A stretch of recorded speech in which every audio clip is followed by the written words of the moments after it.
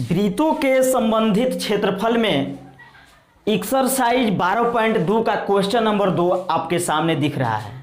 ये क्वेश्चन को आप भली भांति समझ सकेंगे कि क्या कहा है। देखिए ये क्वेश्चन है जो ऐसा कोई एग्जाम ना हो कि जिसमें नहीं आया हो, ये मेरा पूरी गारंटी है। इसको अपने दिमाग में रख लीजिए कि ये आएगा, अब की बार आएगा तो आएगा। हर बार आया है तो इस बार क्यों नहीं आएगा, बिल्कुल आएगा। इसी तरह का क्वेश्चन आता ही है। तो ये क्वेश्चन है कि एक वृत्त के चतुर्थांश का क्षेत्रफल ज्ञात कीजिए।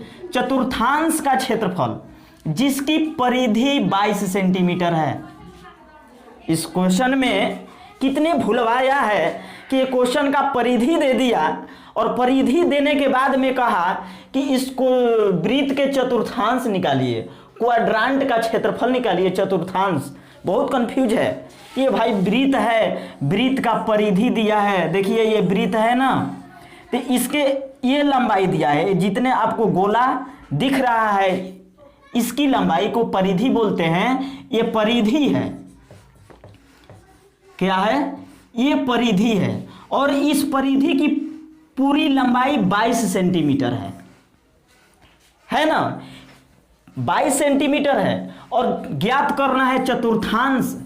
चतुर्थांश का मतलब हुआ कि किसी वृत्त के चौथा अंश, चौथा भाग। हम वृत्त बना दिए, इसका 4 भाग कर दिए इस तरीका से। ये देखिए इस चतुर्थांश है। चतुर्थांश का एक भाग ये है और ये है, ये है, ये पहला, दूसरा होता है, तीसरा होता है और चौथा होता है। ये चौथा में किसी एक का यदि हम क्षेत्रफल प्राप्त कर लेते हैं तो हमारा चारों का वही क्षेत्रफल होगा, जो पहला का होगा, वही दूसरा का, वही तीसरा का, वही चौथा का। तो यहाँ आप सब लोग अच्छे से ध्यान देंगे कि इसका क्षेत्रफल निकालेंगे कैसे। हमको परिधि दिया है 22 सेंटीमीटर, इसकी लंबाई दिया है। तो सबसे पहले हम जानेंगे कि इसकी त्रिज्या क्या होगा। इसकी त्रिज्या यदि मालूम हो जाता है तो हम इसका चतुर्थांश का क्षेत्रफल निकाल लेते हैं। और एक मार्मिक का चीज है कि चतुर्थांश का प्रत्येक कोण कितने डिग्री का होता है, 90 डिग्री, 90 डिग्री का होता है। चाहे यहाँ 90 डिग्री बने, यहाँ भी वही बनेगा 90 डिग्री, और यहाँ भी 90 डिग्री होगा, और यहाँ भी 90 डिग्री होगा। ये चारों चतुर्थांश का प्रत्येक कोण 90 डिग्री का होता है। और चारों कोण को जब मिलाते हैं तो 360 डिग्री का होता है, जो एक वृत्त का निर्माण होता है। जो एक वृत्त में पूछ दिया कि एक वृत्त में कुल कितने डिग्री के कोण होते हैं, तो 360 होते हैं, ठीक ना। तो आइए इसके पॉइंट पर चलते हैं। कहा है परिधि, तो बिना, देखिए कैसे इसको सोल्व किया जाएगा। जो कह देता है, यदि क्षेत्रफल दे दिया तो हम क्षेत्रफल के फॉर्मूले पर बैठाते हैं। परिधि दे दिया तो परिधि के क्षेत्रफल पर परिधि के सूत्र पर बैठाते हैं। कैसे, परिधि का मान दिया है ना 22 सेंटीमीटर, तो हम डायरेक्ट लिखेंगे चूंकि वृत्त की परिधि, वृत्त की क्या, परिधि।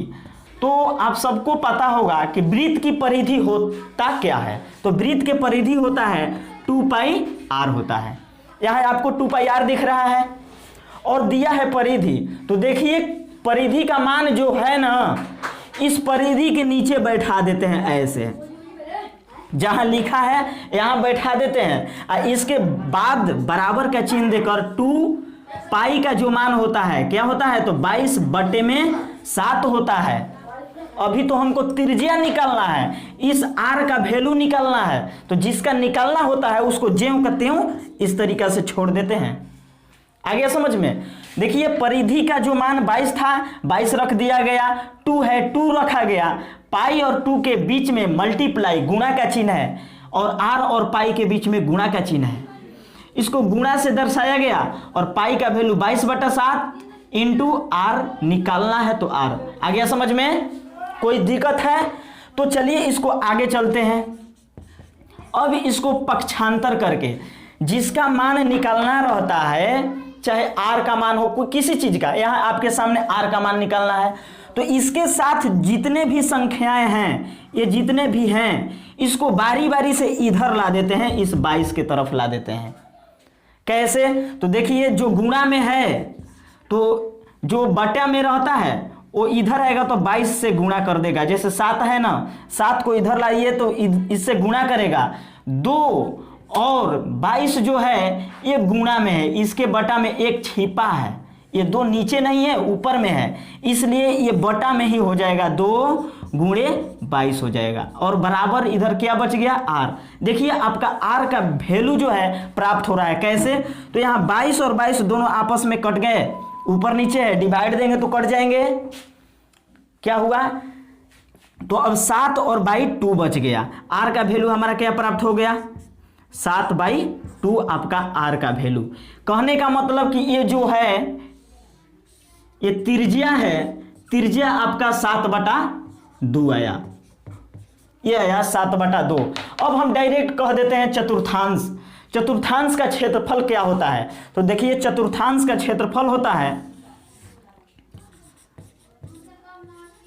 चतुर्थांश का क्षेत्रफल इक्वल होता है, 2 तरीका से इसको बना सकते हैं। कितने तरीके से, 2 तरीके से बना सकते हैं। एक चतुर्थांश का क्षेत्रफल दिखाया जाता है 1/4 इंटू πr²। इस पर बैठाइए, बिल्कुल आ जाएगा।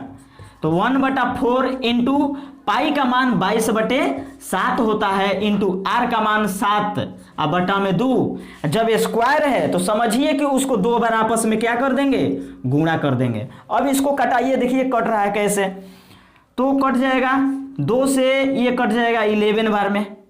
अब 2 से कोई ना 11 कटेगा और ना 7 कटेगा, ना ये 7 कटेगा। ये 7 किससे कटेगा, तो इस 7 से कट जाएगा।